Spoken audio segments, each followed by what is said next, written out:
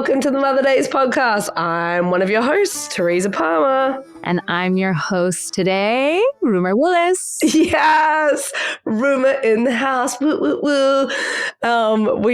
We have Rumer, who is actually slotting in for Sarah, who has taken the first sick day in her entire life. Because she has COVID and she's like a million weeks pregnant and she needs to be on bedrest at the moment. So me and Roomy Rooms, we have the mics today. Woo, woo. And you guys listen to Rumer. How long ago was that? It was like a year. The very beginning. It was the very beginning. Everyone loved your birth story. Oh, I'm so glad. It was, how the hell do you get that for a first birth? Get out of town. I just literally remember seeing some article that came out after I did the pod with you guys. And it was like, and I reached my fingers up in there and I was like, man, you couldn't have thought of like a more elegant way to talk about like reaching up into your vagina to feel like your water bike. Like a nice way to say that. But that's what you do. I had my whole hand shoved up there as far as possible because I kept wanting to feel how far away the head was and if it was actually progressing and coming down because it's like, sorry guys, you know that I'm also sick. It's like 2 steps forward, then 1 step back, then 2 steps forward. And so then I would feel, oh, now the head's gone back in again and it's coming out and it's gone back in again. It's cool. It's so wild. It's animalistic.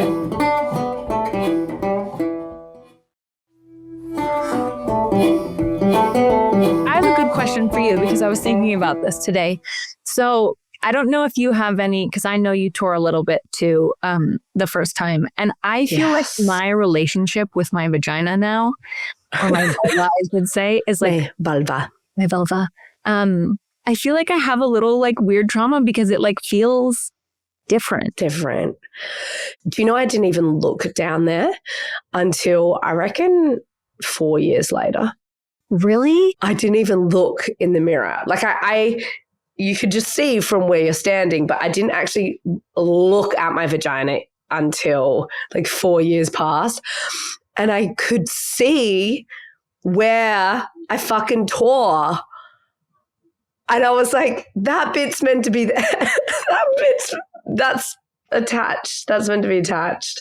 But then my midwife at the time, she was like, look, just let it naturally heal. You don't need stitches. And I'm looking at it and I just think maybe that did need to go back there. It's so funny because I have the exact opposite because I, of course, read all this stuff afterwards. It was let it heal naturally and you don't need stitches. And I feel because we had to cut a little tiny flap. A piece.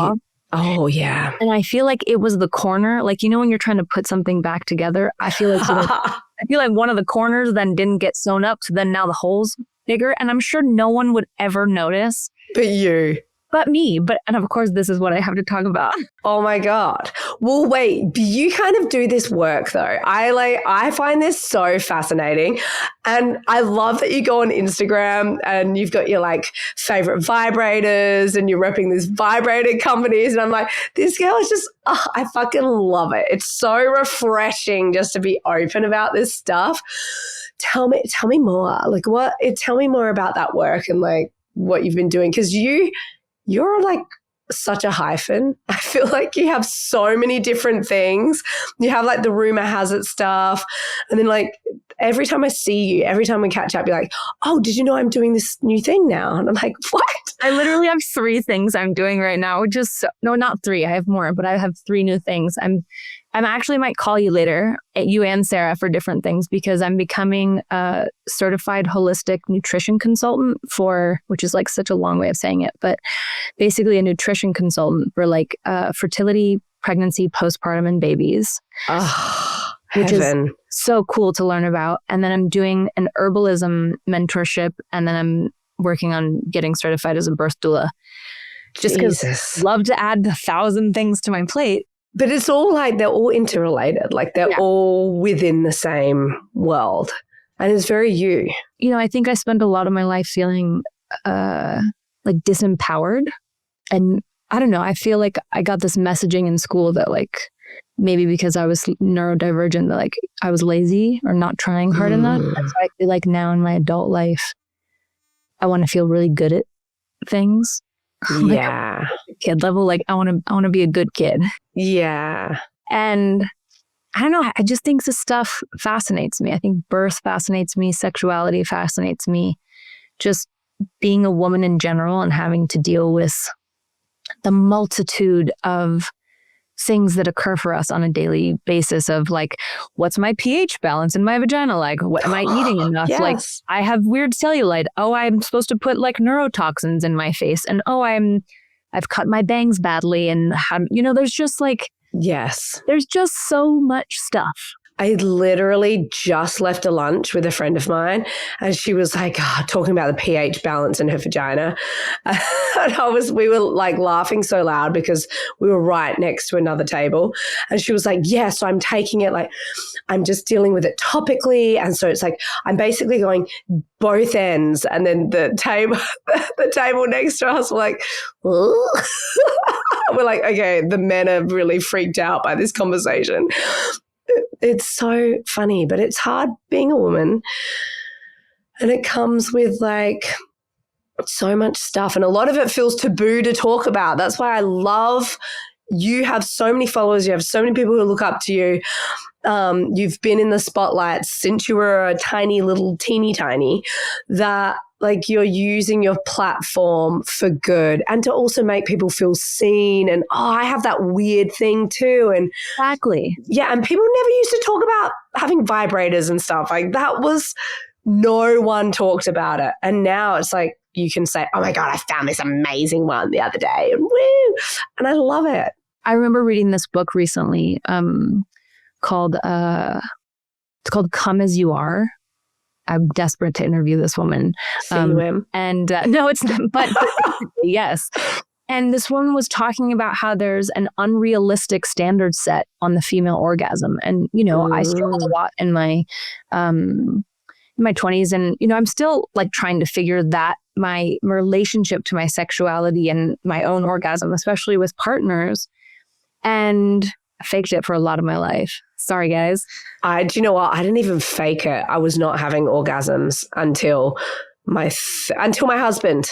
No joke. I'm telling you, not till my husband. But I didn't even fake it. I was just like, hey guys, just so you know, like, this is me.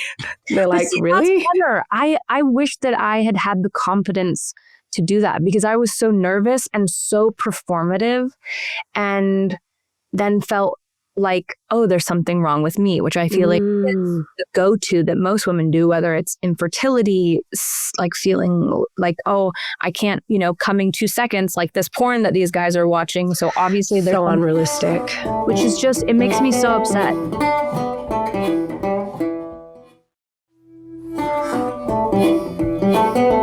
I hate that young boys and young girls are going to be exposed to porn. I hope that is not their first experience witnessing sex because it's so unrealistic. There needs to be a whole movement. Like a woman has got to, maybe it exists. Like someone's got to start like videos that are actually like really grounded in reality, are real and beautiful. So it's like sometimes the man might lose the erection or sometimes the woman like cannot actually come that fast and there's more of a build up and it's so, and it's performative and it's like, oh God, I worry about our kids seeing this stuff and thinking, oh, that's the way it's supposed to be. And then we try and emulate that in our younger 20s or even as a teenager. When I first like had sex when I was a teenager, I was like, oh, I'm supposed to be quite loud. Yeah, loud, and like, you know, all over the place.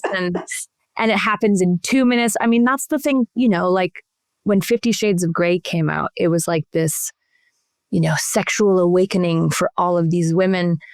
And, you know, I loved reading the books, but also it set such an unrealistic precedent of like, he's going to gently caress your breast and like, and I've come undone and I've around him and like all of this stuff. And it used to really upset me because I just then again, like in my head, I was like, oh, there's something wrong with me. Even when I would have conversations with my girlfriends, I would be like, well, they seem to be doing it so easily, or they're having this type of this one. And all my friends were like, what do you mean you haven't been able to? And I was like, I don't know. And it wasn't until I actually like looked into my conditioning and realized like, oh, I'm still harboring like Catholic guilt of not having sex before you're married. And I think there are like subconscious leftover like restraints because I haven't looked at that. And then when I found my husband, he felt like home, like really, really safe. And because he felt safe, I was like, oh, I can sort of explore this side of myself a little bit more. And I was able to just like get there in the way that I'd always been hearing these stories from my friends. And I'm like, oh, that's what that feels like. Oh my God, I really have been missing out. I think so. Absolutely. It's interesting. You know, you and I were talking the other day. I just listened to the episode that you guys did with the twins and cervical orgasm. Yeah. And I had friends who have talked about that. But what I thought was the most interesting is that they were talking about that a woman's primal desire is to feel safe and secure. And I think sexually that also is so true. Like you just said, when you met Mark, like you felt safe. And so just because also I've done this so much in my sexual life, just because your mind might be into it doesn't mean your body is. Yeah. And I found that so many times because I'd be like, I'm attracted to this person, I'm into this. But when you're rushing your body to a place of security with someone that you don't know and expecting it to just work, it's kind of like expecting your young child to be obedient. Totally. And I feel like maybe this isn't the way for all women, but I really want to feel deeply connected to a person and like have that emotional connection to feel safe and seen and heard. And I find that really sexy, like when I have a deep connection with a person. And I'm actually someone who has only ever been with boyfriends. Like I've never experienced the like one night stand thing. I've never had one. Like my friend's like, are you fucking kidding me? I've never had just like a one-off thing. And a lot of my friends were like, well, that's how we explored our sexuality, because they kind of had the opposite thing where it's like, you're not going to see that person again. And the intention is just to like go and hook up and just be physical with each other. That some of my friends felt like that's where they could like really get adventurous and be playful and wild. And there was just like no strings attached and then moving on to the next partner. And I always was like, wow, that must be quite liberating. But you know, I'm a serial monogamist and I just have boyfriend. So I never had that experience. I feel like I tried to do both, and I don't know if I was always successful in my days of hoeing around. It sounds so you know, I think I tried to do that, but I think I'm so like I'm such a sensitive girly, much more than I think I give myself credit for. And I think my real desire is to just be able to really be in my feminine. If I can more deeply in my feminine and have someone not be like totally dominated, but like I think it's so hot, the idea someone was like, all right, you're going to wear this lingerie to dinner and we're going to go to this place and blah, blah, blah. Like that's really sexy. Yeah. Yes. I love it. Because I feel like I have to be that all the time. I think it's, you know, I'm wearing the like boy pants all the time. I always like slip into the role of, I think we're strong women, right? And I was talking about this. Yeah, I was talking about on that episode, like the manifest episode with the girls. I think because like what was always represented to me with females in my life and probably with you too, like if people who don't know, Rumer's mum is Demi Moore. And by the way, congrats on all of her success on the award to her. So I was rooting for her. But to have this like woman that you look up to who's like strong and powerful and making money and like killing it, like in so many areas of their lives, which I had, my stepmom was like very successful, and I can very easily dip into my masculinity. Totally. And like take over. I can do both, like feminine and masculine. But the older I'm getting, the more I'm trying to find my more feminine traits. And it's hard. I feel like it's like an unlearning in some ways. Oh, 1,000%. I'm so conditioned. My parents got divorced when I was 10, and my mom was like, we're going to go to school here. We're going to do this. And she was the one who was kind of in charge or like running the show. And so that's always been how I think I've unconsciously really driven. Yeah. And also I think control feels safe. It's an illusion of safety, right? Mm-hmm. Like, again, even like those girls were talking about, if I can just do this, if I can like make sure he comes on the date this way and asks me out this way and do this, and you feel safe because you know what's happening, and there's more like, maybe they'll ask me out, maybe they won't, maybe this will happen, maybe it won't. And yes, surrendering is so hard. Oh my God, absolutely. And I feel as the women were talking, if you guys haven't listened to it, you need to go back and listen to the girls. It's Hillary and Amber, the Manifest twins. We've had so much feedback on that episode from like men, so many, like one of my really good friends, Tim Dowland, was like, I need to give this to my wife. I need to send it to her. I want her to listen to this. And then we had a few other men be like, this has been the best thing for my woman to listen to and whatever. But they talked a lot about the idea of being like, cool, yeah, I can hang out with you, but I've got like all these different things going on, like Monday, Tuesday, Wednesday, maybe possibly Friday. I'll see if I'm available. And I was never that way, by the way, in my early dating years. I was like hanging off every text. I can be available whenever you need. Yeah, like, cool. And they're like, they invite you over at midnight and you're like, you're in bed. You like got your earplugs in, you're about to go to sleep. You're like, cool, yeah, I'll just get dressed. Hi, coming over. It's just so fucking ridiculous. But yeah, I thought that was really good feedback and really good information and makes sense. Well, and I think it's what we actually, maybe not every woman, but I feel like I definitely want that. Like my barometer, and I think I told you this the other day, is like, if we get stuck in a foreign country and lose our passports, I don't want to be the one dealing with it. I can. Yeah. I'm fully capable of figuring out all of the logistics, but I don't want to be in charge of that. I want you to figure it out and just say, babe, I got us a hotel room here. Our new passports are coming, blah, blah, blah. Like, you figure it sexy. out. I will watch the children. I'll put on a whatever. Like, I'll figure out what we're doing. Yeah, I think that there's something really kind of primal in that. I don't know. For me, I've always felt this, that if I was dating someone that I didn't feel like could protect me from like a bear or figure something out, if we hit the zombie apocalypse or COVID, like if I felt like you couldn't handle it, I would immediately shift into my masculine. Totally. And just start doing, and then I would lose all of that. It's a default. Yeah.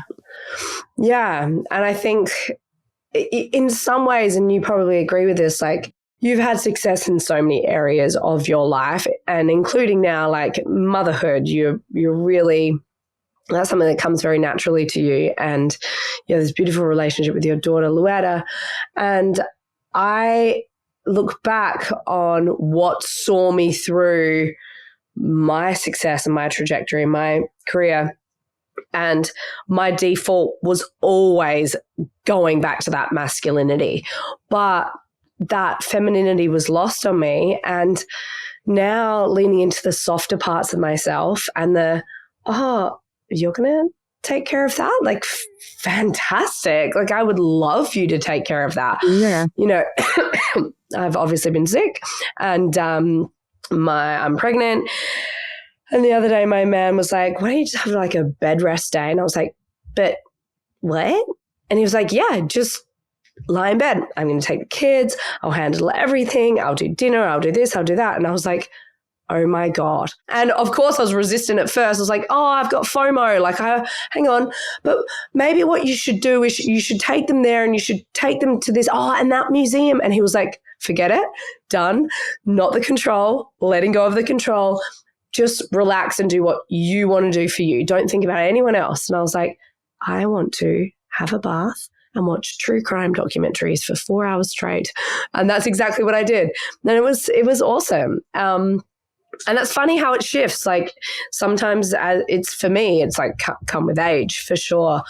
Because I'm like, I'm ready to just take a little bit of a backseat in terms of the drive that's been pushing me forward career-wise and making money and being a leader. I'm like, what would it be like to be a little bit just more observant and let someone else step up to the plate? Like, I'm kind of into that.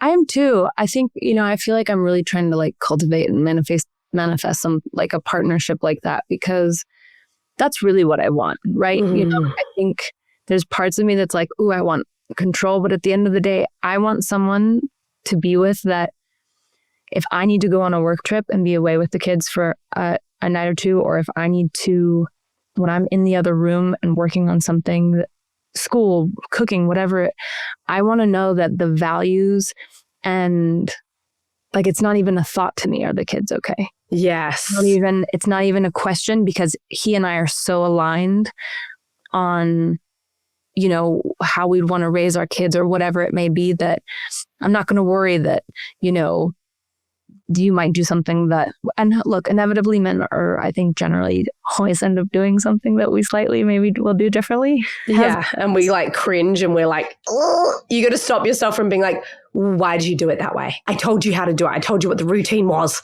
Yeah. That time, this time, this is what they do. But it's hard, like I find myself that way even sometimes with my mom, or, with Madison, who helps me out with Luetta, who was my childhood nanny. Sometimes that's the cutest thing ever. It's the best thing. It's so delightful. And she's so kooky and ridiculous. Like I came home. I've met her, and then I just met her daughter, who's just awesome. They're so funny. We were in Idaho for Mother's Day, and I'd been working all day on Rumor House and stuff. And she comes home with 4 chickens. And I was like, oh, hello. I was like, where did she find those? So now we have chickens. And then my God. Luetta, then she had Luetta made for Mother's Day, like feet prints in the shape of little chickens and googly eyes. Excuse me. So kooky and wonderful. And I think sometimes it's also reminding me that like I need to be less rigid. I need to be softer, which I really like and appreciate. And I love that you have this other woman who can step in and help you. And it's like just you can lean on your community. And it's like this wonderful woman who knows you so well and who helped raise you. Yeah. And now she's in your life and she's, like in the trenches with you, with your daughter. And I just find that stuff so amazing. Like Sarah has Sonia who lives with her, and it's like the two of them just at it. And obviously, of course, she has Eric too. But I find that the idea of parenting, back in the day when it was like, it was the tribe, it was the community, it was so many people involved in helping. And I have that with my mum because my mum lives with us. Yeah. And that's that multi-generational living. And it's really special. And I love showing it to the kids. Like, hey, like how cool is it that you get to have this other female, an older, wiser female. And my mum is like, only in her feminine, like she's got no masculine. Like there's nothing masculine about my mom. She's only feminine. She's like the softest, sweetest, like, oh, she's just gorgeous. Wait, so you are visiting Idaho at the moment? You're spending a bunch of time there? I'm kind of figuring out where I'm going. You know what I mean? I just felt like, the fires happened. Obviously, Sarah and Eric lost their house. And I had this I tell you what, ever since, and I know you guys have done a lot of like woo-woo intuition and even in your Daisy Dream Circle, my intuition since becoming a mother has become so strong. Yeah. Like crazy. It just heightened it so much. And I've even like heard my like kids that are not born yet, like give me their names, crazy things like that. Right. Mm-hmm. And I had this voice. I was sitting in Costa Rica. It was like the fires happened, I think, on like the 7th. And I left for Costa Rica to go with a girlfriend of mine on the 10th. Wow. So it was just like, I'd already had the trip scheduled, was happy to be out of LA. And I was sitting there one day and I was like, you have to get out of LA. It just was so clear, this voice inside of me that was like, you just like, it's time for you guys to not be there for a little bit. And, so I just have been kind of like, coming back and forth. We've been splitting our time. Yeah. We've been going back and forth to LA for like work stuff that I've had. But it just feels nice to be in fresh air. We can go outside. My dog, Dolores gets to run outside in the grass. Okay. I was in LA just recently and I was sitting in traffic for like 2 hours to get. Yeah, that was why I was late recording with you today, by the way. I was sitting in traffic for so long. Concrete all around me. I was like, yeah, it's just, and every time I go, I feel like I get headaches and I feel like I just get this like kind of feeling in my body. And I don't know. Yeah, I don't know where we're going to end up. I don't know if we'll stay here, if we'll go somewhere else. I mean, obviously with our jobs, we kind of go everywhere. Honestly, I'm holding out for the day where you, me, and Sarah can just have commune down and buy literally of children. Oh, my dream. I'm like, can everyone move to Byron Bay and we get some land and we all have our yurts and we all have the home. Oh my God, what a dream. And animals. We'll bring those chickens. We'll bring those chickens from Idaho. Yeah. They can come over.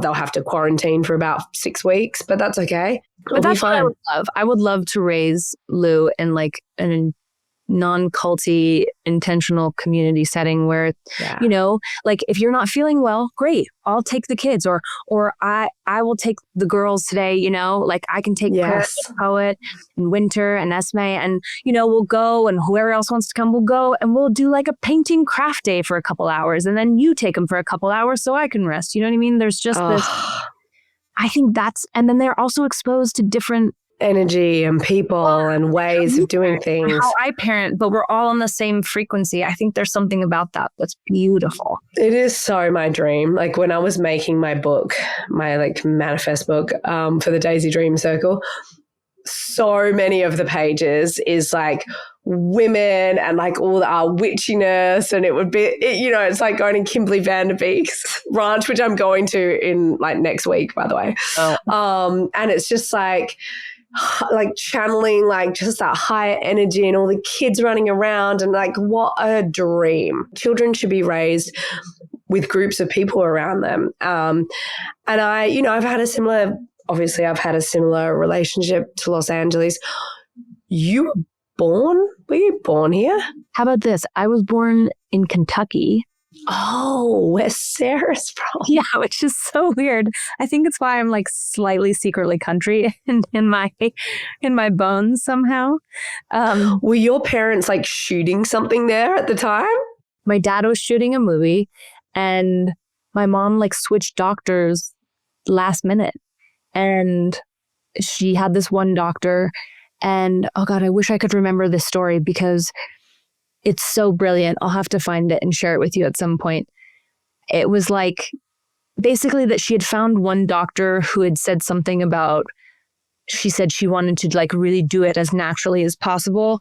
And he made some comment about, well, we'll do it like we do it on the farm. And she was like, yep, that sounds like my... Yeah, you're like, great. That's so funny. So that was kind of instilled in you, like your, like the natural birth desire and all that sort of stuff. Was that instilled in you like from your mum because of her birth experience, do you think? Yeah. I mean, she had all three of us at the hospital, but she did it, all of it with no epidural, which is crazy to me because I think for even a few of my sisters, they gave her Pitocin. Oh. And I can't imagine Yeah. Can you even imagine having Pitocin without an epidural? Yeah, that's how my mum birthed me too. Same, Pitocin, no epidural. She was like, I just had the gas and I listened to my religious meditation. And I was like, oh, whatever worked. And it did. Like, honestly, I have videos. I feel like I may have showed them to you and Sarah at some point where I was in my bathtub. And it was like, this was before stuff even like really ramped up. And I literally just start like humping the water and gyrating. And my doula, Lori, was like, I just want you to like make love to your contraction. And I started kind of just like, I don't know, I was like a weird snake in the water. I see the videos now and I'm like, oh my God, what was I doing? But it was like the only thing that was feeling good. Like you were getting the energy out, like dancing the energy out. I have a video of me tweaking my own nipples as freaking Forrest was coming out because I remember Ina May Gaskin being like, stimulate the nipples. And so I was like, I have video of me like just tweaking them and I'm like, ooh, I cannot believe I fucking did that in front of my friends. Because my friends there, I was like, oh my God. I was just trying so hard to channel Ina May Gaskin. It was so ridiculous. I mean, do you feel like in this birth that there's anything that you would do differently? I mean, obviously, I feel like every birth, there's already so much I would do differently than I did when I gave birth to Luetta. But I'm like, really? You had a dream birth? No, but you know what? Like, I feel like I was just like trying to keep up with the feeling the whole time. You know, like I was never in front of it. I was always a little bit looking. Like there was just one moment that I remember. I was in the bathroom and my midwife wasn't there yet. And my body started to want to push. And everyone was like, don't push yet. And I just thought to myself, what if I had? Like, what would happen? You know, I don't know how you feel about this. I'm curious, but I see all of this stuff on like free birth on the internet. And I don't think I would ever, I'm not going to say ever. For my next one, I don't know that I would ever not have somebody there just in case. I'm too much of a fraidy cat. I could never do it. Just in case. I literally think I could say I could never do it. Yeah. I get afraid of things going on. I mean, I do too a little bit. Just on the off chance, whatever it may be. Yeah. Like a cervical lip. Like I wouldn't know what to do for myself if I had a cervical lip. Like I can't get my fingers all the way up there. Like Mark wouldn't know what to do, you know.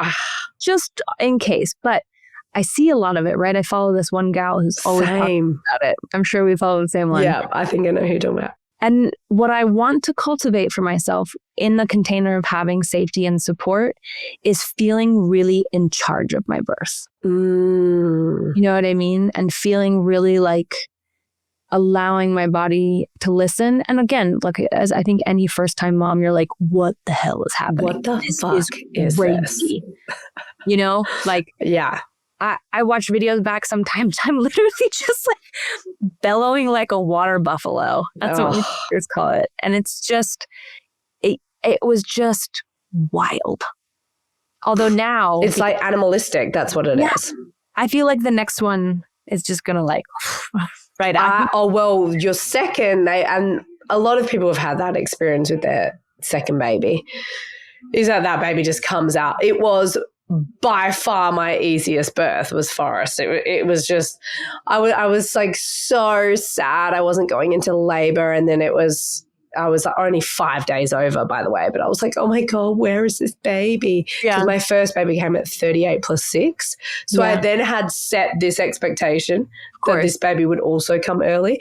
And then he came, I remember like crying in the morning, where is the baby? And like so annoyed with all the messages I was getting.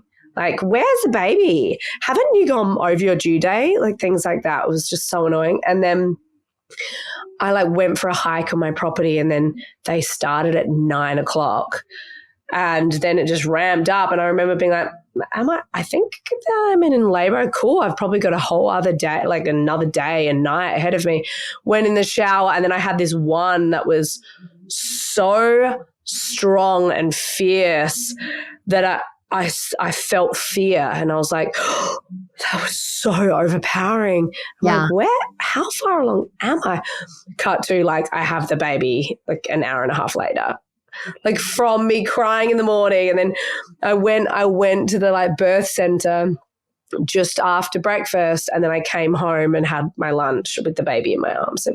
That's insane. That was really nice. And I think for this birth, my main thing is I really want to commit to doing either the Gilligan's Guide or spinning babies and having an optimal positioning of the baby, because I know how to turn my babies, and I've done it with my second and third, and the contractions feel really different. So if you have posterior, it's all in your back.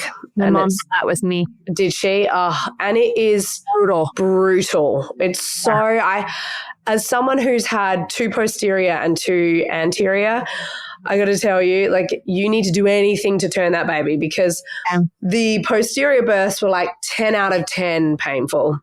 And then the anterior births were like 5, like at least, if not more than half. How do I word that?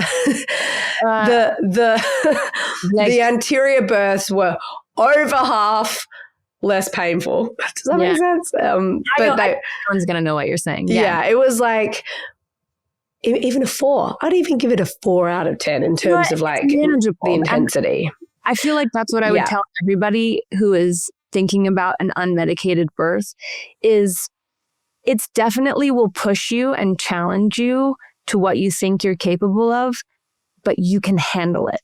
Oh, definitely. I mean, there was the only moments that I felt like it was bigger than me was when I wasn't moving. Yeah. That to me, movement is a lifesaver. Everything. And vocalization for me too. Yeah. And just like I had this like hypnobirthing woman talking on the little speaker, and she was like, I could do it and bring my baby in.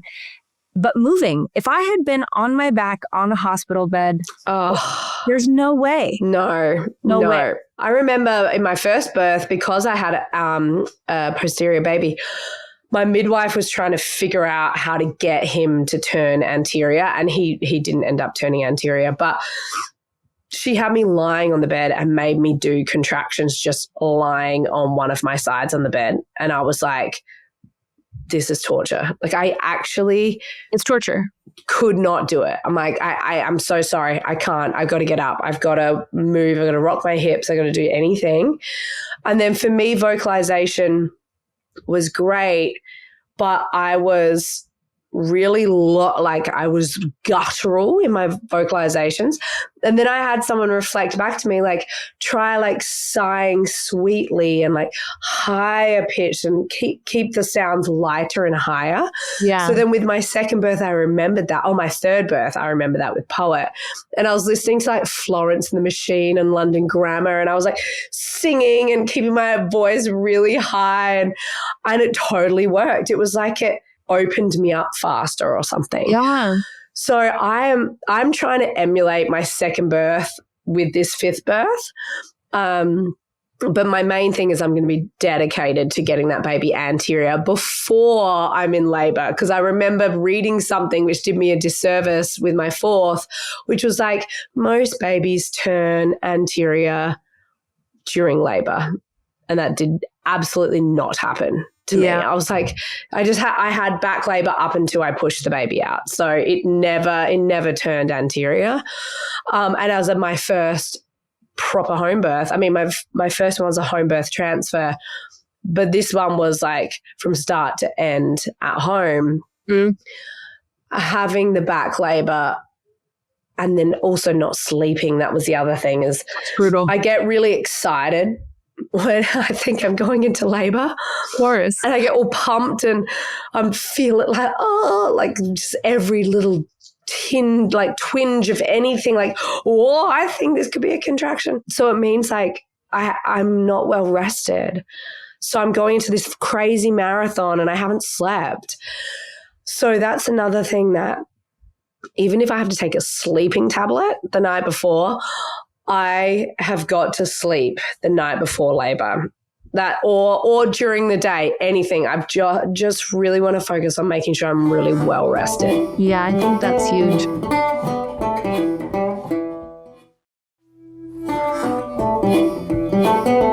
Luetta, because, and I heard you guys talk about this the other day, my placenta was in the front. And so Lou spent most of the time in my belly, actually on her side. So trying to position her, I think that's also what made my labor. I had so much like precipitous labor. Yes. Whole day beforehand. And prodromal.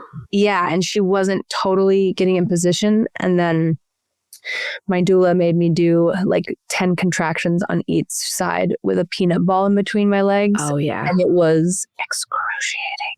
Hell. I was just like, this is not okay. I liked this ball before. Didn't even know what it was for, but it looked cool. And now this is just bullshit. Oh my God. And then you were really lucky with your breastfeeding. You're still breastfeeding, aren't you? I am still breastfeeding. How old is she now?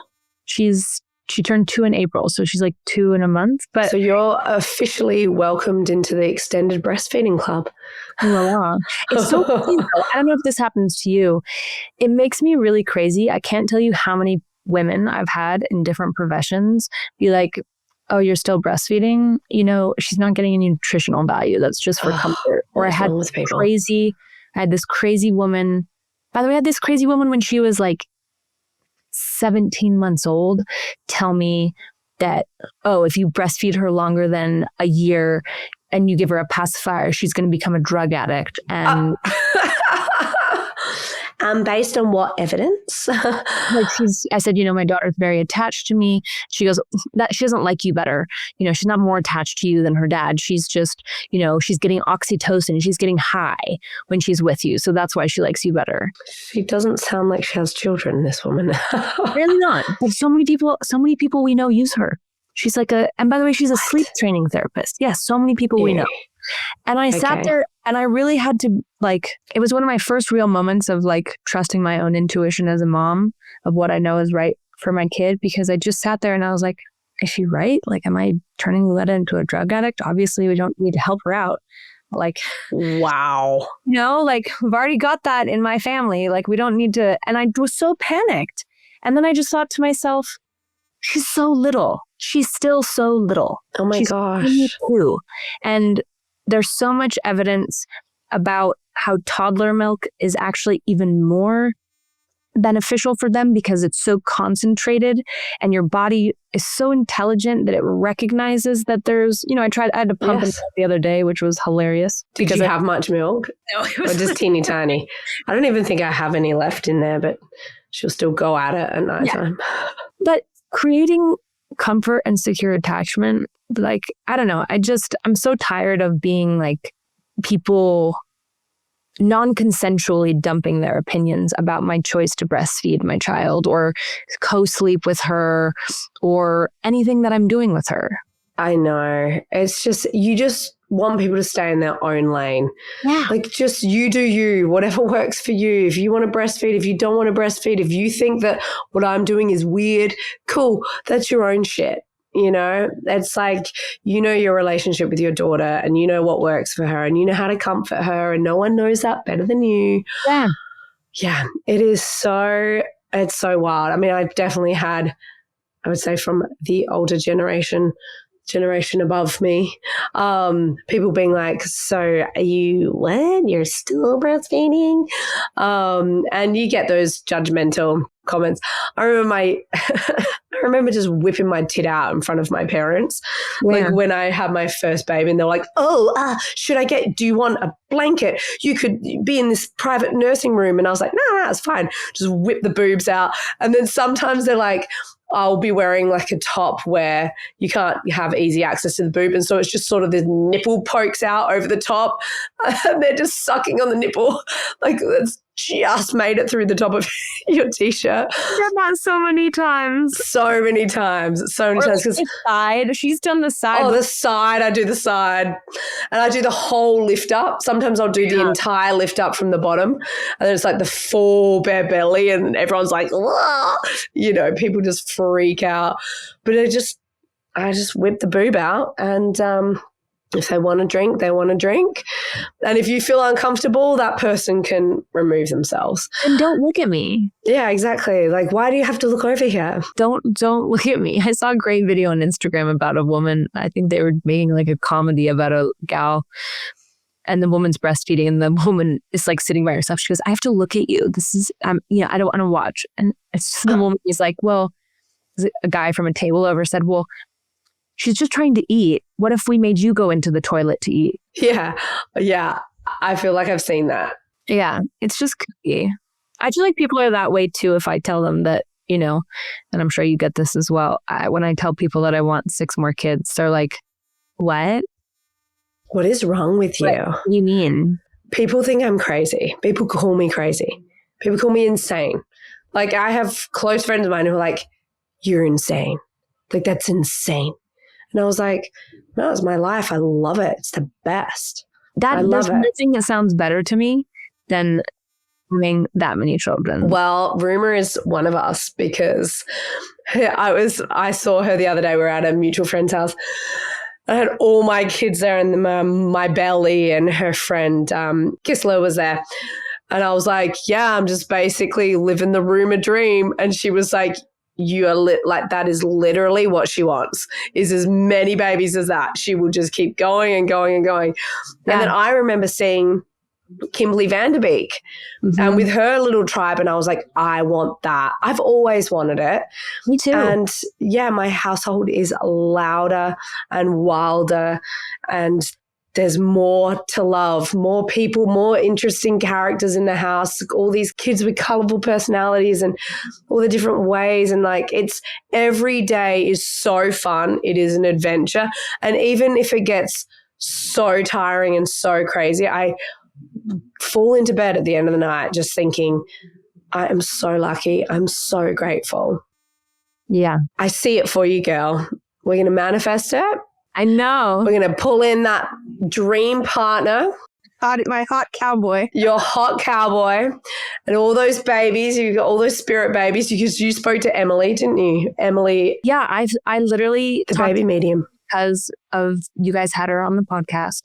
And I talk to her all the time now, and she's like become my friend, and she's incredible. And literally through our friendship, I have not only been able to communicate with all of these children that I want to bring in, but have had like visceral like communication things happen with like, I was about, when I went to go shoot that Western that I just did. It's coming out tomorrow, by the way, which is God. Yeah. Everyone go see it. What's it called? It's called Trail of Vengeance. It's super fun. I got to be like a Is it on, how do people watch it? They can watch it on VOD and in a few theaters, I think. Oh, fantastic. But I just, gone through a breakup with Luetta's dad. And I was like, oh God, I'm going to be like 36 this year, and I'm old, and how am I going to have 6 more babies? All these babies. And, I had already kind of figured out what I wanted to name my next kid. Many, many years ago. But she came to me, and like we had many discussions about it through my work with Emily. And I was so like panicked and feeling so down and sad about it. And I show up in Arkansas the first day, and I literally get off the airport, and I'm on my way to my Airbnb there, and I see a building, and it has her name on it. What? And literally like this huge building that has her name on it. And it was just like, hi, Mom. Like, I'm here. Wow. Everything's going to be okay. Everything's going to be okay. It was so cool. Let go. So cool. And I've had that with like some of the other kids, and had like their names pop into me, or had, like weird, just different experiences where, I don't know, it's just felt like they were helping me figure something out or move through something. And I'm so excited. I love those little signs from the universe when it drops in front of you and you're like, oh my gosh, I just don't even have to worry about this. Like, why waste any more time worrying if, when, how? And we always say that the universe figures that out for you. As long as you're locked into the thing that you're calling in and the thing that you desire, and you're just living presently, it will figure its way out to you. Like, it'll figure out how to get to you. And sometimes it's a little bit in disguise. And it's a beautiful, beautiful thing. I definitely live my life by that. And I'm always noticing the little signs, and it just gives me that feeling of validation. Like, this stuff is real. Well, I think it's so beautiful. If I even think back to that episode that you guys did with Emily, and hearing both you and Sarah were both talking about bringing these babies in, right? And I think about that, and it's funny, and I'm sure a lot of the daisies who listen, I have felt on this journey with you, because you guys, both of you, are such beautiful examples of like vulnerability and living in this faith and trust with the universe, because you've both walked through different loss and challenge and moving and fires and things. And now you're both in this place where you're both bringing in these new babies. And it's so incredible to see as a friend, and then also someone from the outside going, wow, how do I create this for myself? Yes. Right? Totally. I always use other people's stories. And, I think the To Be Magnetic podcast, they say, like, you're expanders. So I always use other people's stories to be like, oh, that can happen to me too. And that can be the experience. And I think it's easy to lose faith when something doesn't quite come to you in the way that you've tried to call it in, and it sort of arrives in this way that's like sort of a roundabout way. It's not a direct path. And it's happened to me in my career, and then it's happened to me with this baby. I didn't anticipate losing a baby in between. But I just have put my full trust in the divine timing of the universe. And just knowing that those looking out for me, my team of light, my angels, whoever they are, the people who have passed beyond, I know that they have my back. And the fact that Sarah's baby and my baby decided to come in together, which is what Emily kept saying. She was like, they want to come together. They're waiting to come together.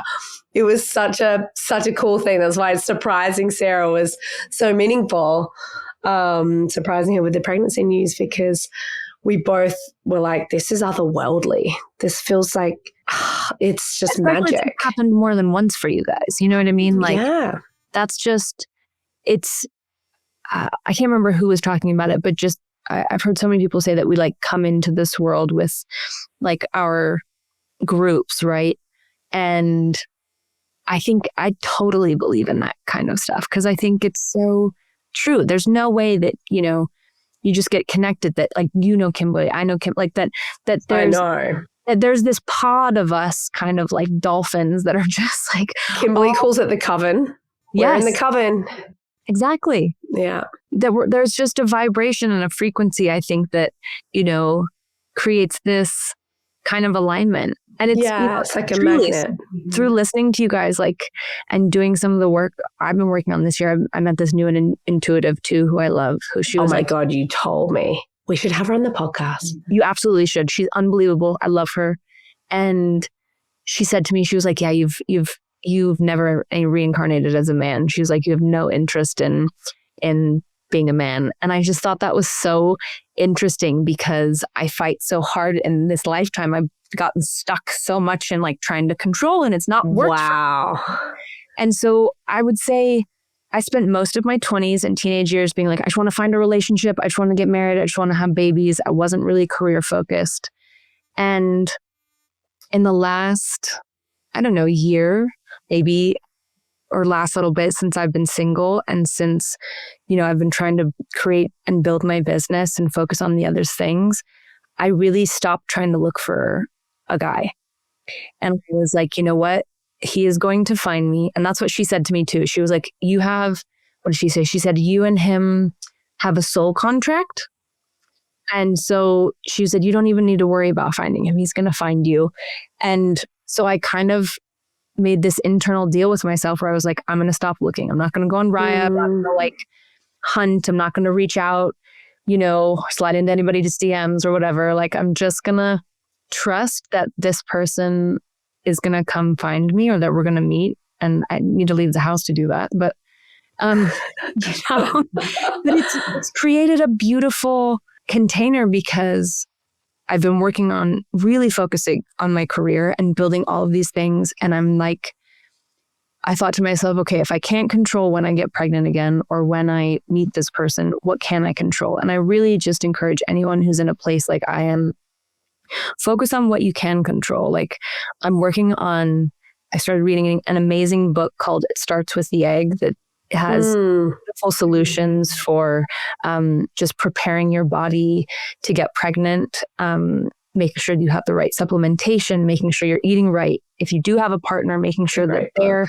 eating right and going, what can I do to like cultivate in myself so that when I do meet this person, my body is ready, that Luetta is ready, and also taking time to really like not rush, right? Like this will be probably the only time that her and I have together that's just her and I, that I have one, that it's just that.